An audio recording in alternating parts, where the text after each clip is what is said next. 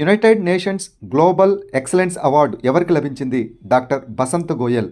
ఇటీవల ఏ రాష్ట్రంలో 2 రోజుల మెంగాంగ్ పండుగను జరుపుకున్నారు? మేఘాలయ.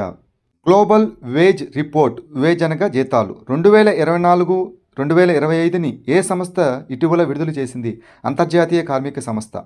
గ్రీన్ కారిడార్ను ఉపయోగించి కొలంబియాలోని ఏ నగరం తన సగటు 2 డిగ్రీల సెల్సియస్ ఉష్ణోగ్రతని విజయవంతంగా తగ్గించింది?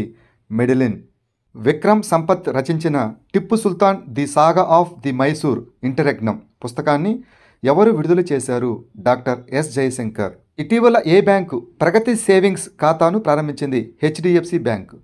బస్ సంగరి యాప్ ఇటీవల ఏ రాష్ట్రంలో ప్రారంభించబడింది? ఛత్తీస్గఢ్. ప్రపంచ బ్యాంకు సహాయంతో ఆర్టిఫిషియల్ ఇంటెలిజెన్స్ సెంటర్ను ఏ రాష్ట్రంలో ఏర్పాటు చేస్తున్నారు? హర్యానా. 2024 ఫైజర్ ప్రైజ్ ఎవరికి లభించింది? బిహారీ ముఖర్జీ.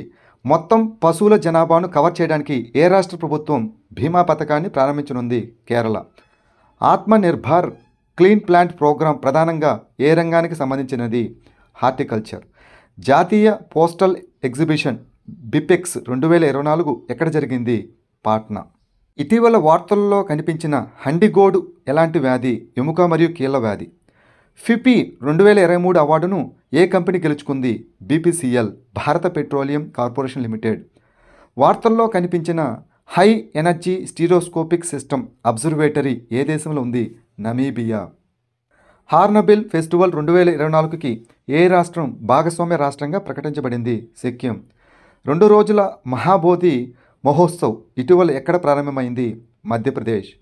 వార్తల్లో ఇటీవల కనిపించిన సబల్ 20 ఎలక్ట్రిక్ మానవ రహిత హెలికాప్టర్ను ఏ సంస్థ అభివృద్ధి చేసింది?